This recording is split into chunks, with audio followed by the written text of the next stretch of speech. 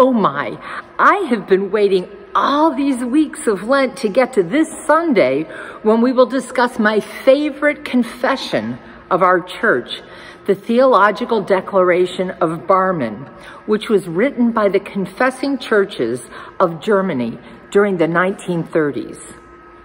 We all know that Hitler rose to power in the 1930s in part because of economic depression and mass unemployment following World War I. People were so frightened of communism that Hitler used that fear to have the German parliament allow him to rule by edict. He quickly was able to consolidate all his power, and he gained control by outlawing all organizations, controlling news organizations, and also making any other political party but his own against the law.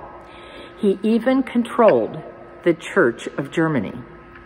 And most Germans took the union of Christianity, nationalism, and militarism for granted, and they fell into a faith where patriotic sentiments became, well, a form of Christian truth.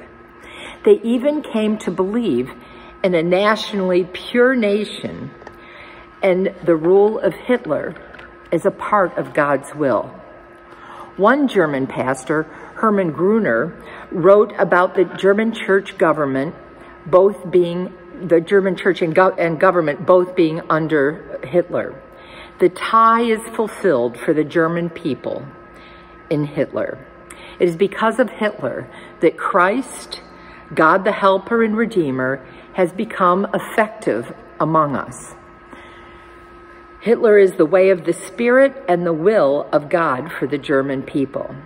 Another pastor, well, he even put his sentiment more succinctly.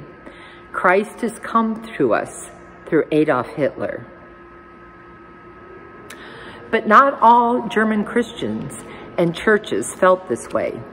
We might remember that theologian Dietrich Bonhoeffer, who wrote the two classic Christian books of the last century, The Cost of Discipleship and Letters from Prison, was even involved in plots to kill Hitler and was imprisoned and eventually hung by the Nazis. And 5 other theologians, one of them being Karl Barth, representing the Lutheran, the Reformed, and the United Churches, got together and eventually assembled 139 delegates made up of clergy, church members, and university professors to stand firm against the German Christian accommodation of this National Socialism. And they adopted the Barmen Declaration. Central and foremost in this theological statement is that Jesus is Lord. The church obeys Christ as God's one and only word, who determines its order, ministries, and its relation to the state. This was a courageous statement, and the insistence that Christ and not government is in control made these churches dangerous to Hitler's regime. Jack Rogers tells the story in his book, Presbyterian Creeds, about one of the memorable figures in this confessing church movement which opposed Hitler's church. And this man's name was Pastor Martin Niemöller. And Pastor Niemöller became a Lutheran pastor after being a German U-boat commander in World War I. He supported pastors involved in opposing Hitler and continued to publicly oppose Hitler himself until the Gestapo seized him in 1937, and he spent 7 years in concentration camps.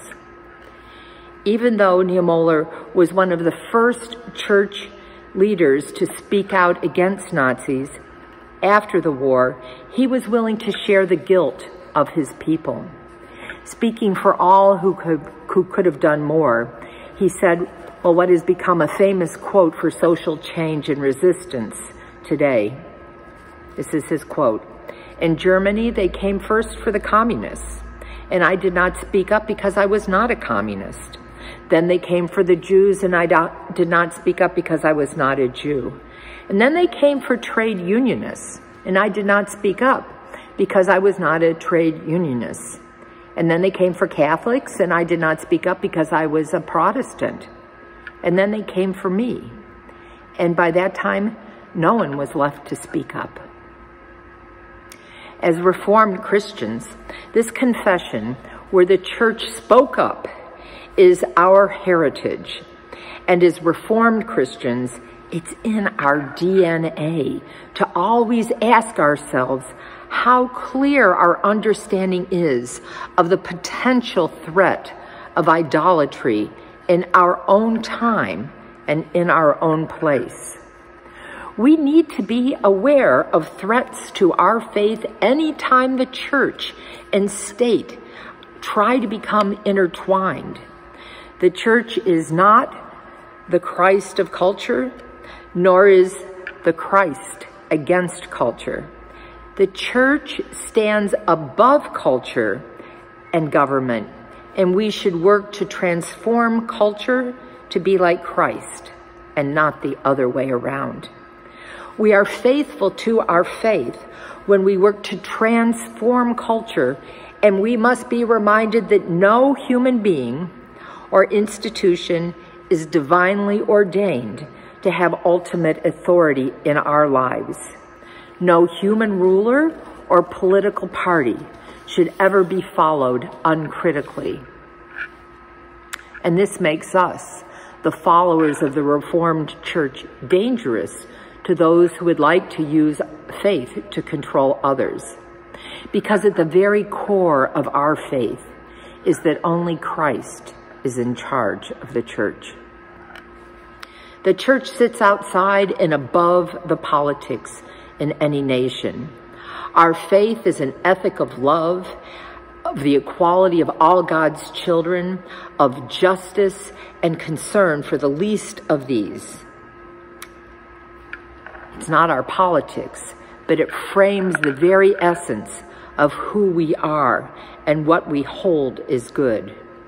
We are in our essence a Matthew 25 congregation and denomination. Our faith directs for what we work and our hopes for what we want our government to be. That faith is the lens from which we see and approach society and all people in power. And it's one of the things I love most about our church and its heritage. Amen.